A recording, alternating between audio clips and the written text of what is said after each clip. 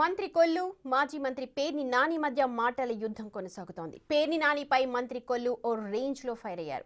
తన కుటుంబం జోలికొస్తే ఖబర్దార్ అంటూ పేర్నిపై విరుచుకుపడ్డారు. నేనేమీ నీలాగా నా కొడుకుని గంజాయి వ్యాపారం చేయమని ప్రోత్సహించలేదు అంటూ సంచలన వ్యాఖ్యలు చేశారు. మర్యాద తప్పి మాట్లాడితే చూస్తూ ఊరుకోనంటూ పేర్ని నానిని హెచ్చరించారు మంత్రి కొల్లు రవీంద్ర.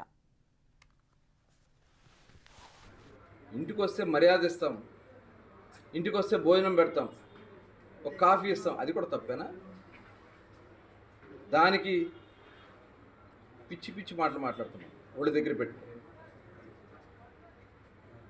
నా కొడుకు అతని ఇంజనీరింగ్ చదువుకుని మచిలీపట్నంలో ఒక ఇండస్ట్రీ పెట్టుకుని 10 మందికి ఎంప్లాయ్మెంట్ కల్పించడానికి తను ప్రయత్నం చేస్తూ ఉంటే ఇవాళ వాళ్ళని రాజకీయాల గురించి మాట్లాడతావు. నీకులాగా గంజాయి వ్యాపారం నేను నా కొడుకుని పంపలా, నీకులాగా బచ్చోసిన ఆంబోలాగా రోడ్ల మీద వదిలేలా. పిచ్చి పిచ్చి వాగుడు వాగితే తాట తీస్తాం, గుర్తుపెట్టుకోండి. ప్రతి ఒక్కరికి చెప్తా ఉన్నా, మర్యాద ఇస్తే మర్యాదగా ఉంటాం,